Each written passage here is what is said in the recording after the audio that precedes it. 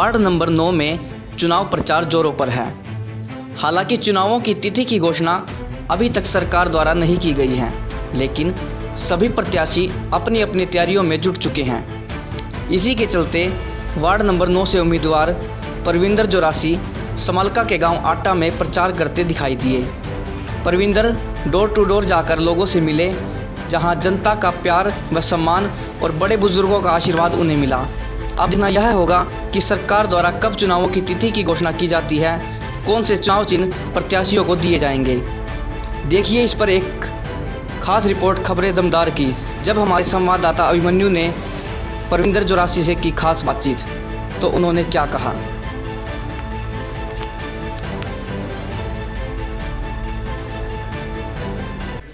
देखिए जिला परिषद के चुनाव की तैयारियां इस समय चल रही है। हालांकि सरकार द्वारा चुनावों की घोषणा नहीं की गई है कि किस तिथि को ये चुनाव होंगे और किन किन चरणों में चुनाव किए जाएंगे, कितने चरणों में चुनाव किए जाएंगे, लेकिन प्रत्याशी अपनी चुनावी तैयारियों में जुट चुके हैं। और आप देख पा रहे हैं हमारे साथ परविंदर जोरासी हैं, अपना प्रचार कार्य कर रहे हैं। हालांकि यह स्पष्ट नहीं हुआ कि चुनाव यह लड़ेंगे यानी कि धर्मपत्नी चुनाव लड़ेगी, और चुनावों की तिथि की घोषणा ना होने के कारण अभी तक कोई चुनाव चिन्ह भी प्रत्याशियों को नहीं दिया गया है। लेकिन सभी तैयारियां पूरी हो चुकी हैं, चुनाव की तैयारियां चल रही हैं। और देखिए यहाँ गाँव में अभी परविंदर जोरासी आटा गाँव में दौरा कर रहे हैं, अपना ये जनता से मिलकर उनके वोट मांग रहे हैं। सभी प्रत्याशियों का यही प्रयास रहेगा कि ज़्यादा से ज़्यादा वोट ली जाए। और आइए इस पर हम कुछ बात करते हैं परविंदर जी से कि आपका क्या उद्देश्य रहेगा इस चुनाव में। सबसे पहले तो आपके सभी दर्शकों को मेरी तरफ से नमस्कार। चुनाव में उद्देश्य तो यही है कि हमें चुनाव जनता का सपोर्ट काफ़ी मिल रहा है, और सपोर्ट के हिसाब से हमें ये लग रहा है कि हमारी जीत निश्चित है। और उद्देश्य यही है कि जो भी जिस गांव में जो काम पेंडिंग है वही सभी कार्य पूरे करे जाएंगे। जैसे हम आज आटा गांव में पानी की निकासी काफ़ी दिक्कत बताई जा रही है, तो सबसे पहला कार्य हम यहीं से शुरुआत करेंगे, यही करेंगे। अच्छा अभी आप जिला परिषद के चुनावों को लेकर वार्ड नंबर 9 है ये, यहाँ पर सड़कों की हालत काफ़ी ख़राब देखी गई है, सड़कें बनी हुई नहीं है और बारिश का पानी अभी तक जमा। हालांकि बारिश 2-3 दिन पहले हुई थी, लेकिन उसका भी पानी अभी तक जमा है। तो इसको लेकर आपका विकास का मॉडल क्या रहेगा। विकास का मॉडल तो यही है, यहाँ पे सड़कें तो ठीक है, लेकिन पानी की निकासी की समस्या की वजह से ही सड़कें खराब हो गई हैं। सड़कें तो बनी हैं लेकिन पानी उन पे खड़ा रहता है, जिसकी वजह से वो सड़कें खराब हो गई हैं।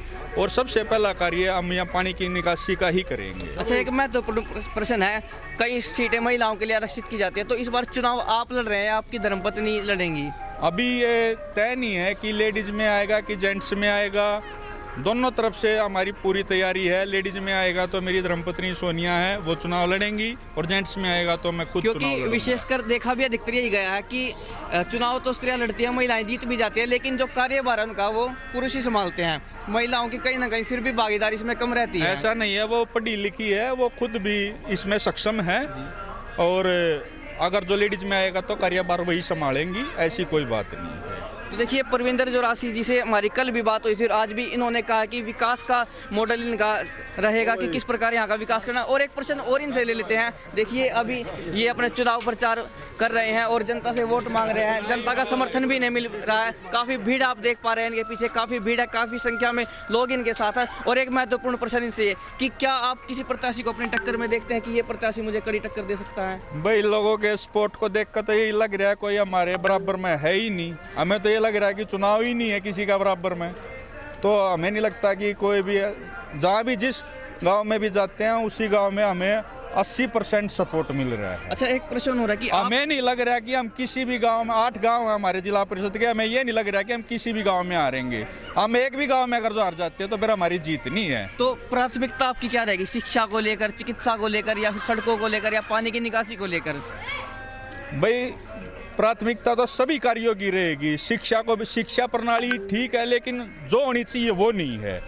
और पानी की निकासी की व्यवस्था कई गांवों में, आटा गांव में नहीं, कई गांवों में खराब है, जिसका सुधार किया जाएगा।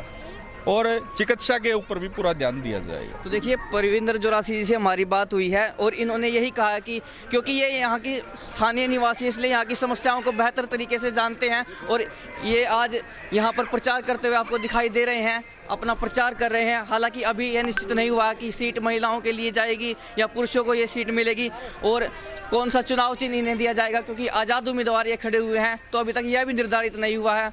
हालांकि घोषणा भी अभी तक सरकार द्वारा नहीं की गई है, लेकिन तैयारियां फिर भी जोरों पर हैं। और देखिए मैं कैमरामैन से निवेदन करूंगा कि वो परविंदर जी को दिखाएं कि किस प्रकार देखिए उन्हें बड़ों का आशीर्वाद उन्हें मिल रहा है। यहाँ पर जनता उनके समर्थन में उतरी हुई है, काफ़ी भीड़ आप देख सकते हैं। तो ऐसे में लगभग ये लग रहा है कि काफ़ी जोर है यहाँ पर परविंदर जी का और संभावनाएँ कुछ भी हो सकती हैं, इस पर अभी कुछ स्पष्ट नहीं कहा जा सकता। कैमरामैन